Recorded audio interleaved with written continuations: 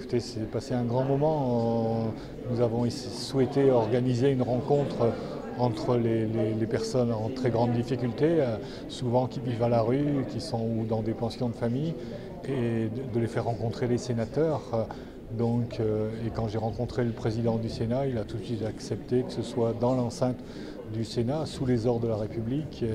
Bon, c'était pas facile techniquement, mais c'était très, très important.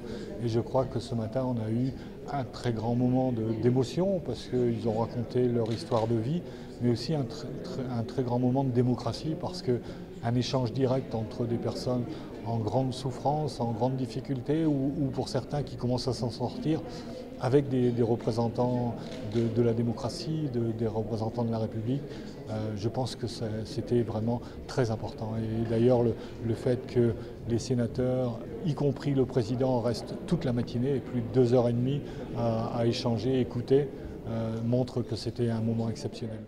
L'action de la Fondation, elle était de permettre d'un côté à ce que les plus exclus puissent venir s'exprimer dans un lieu de la République avec des gens qui ne les entendent pas la plupart du temps, ou alors d'aller au-devant du grand public, et la fête de l'humanité est par excellence la fête du grand public, d'aller aussi dire quelles sont les difficultés de logement en France, quelles sont les propositions de la Fondation, quelle est la situation française.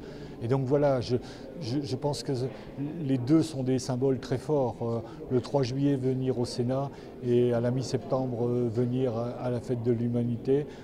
On a vraiment là les lieux populaires au sens noble du terme d'un côté et les lieux démocratiques de l'autre. Et je pense que ce grand écart-là est extrêmement intéressant.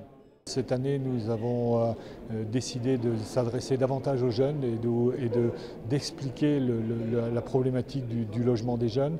Et donc, il y a un bus qui a été conçu moitié pour échanger et moitié pour montrer ce que peut être une chambre d'étudiants sordide, ou de jeunes travailleurs, ou de jeunes chômeurs, malheureusement.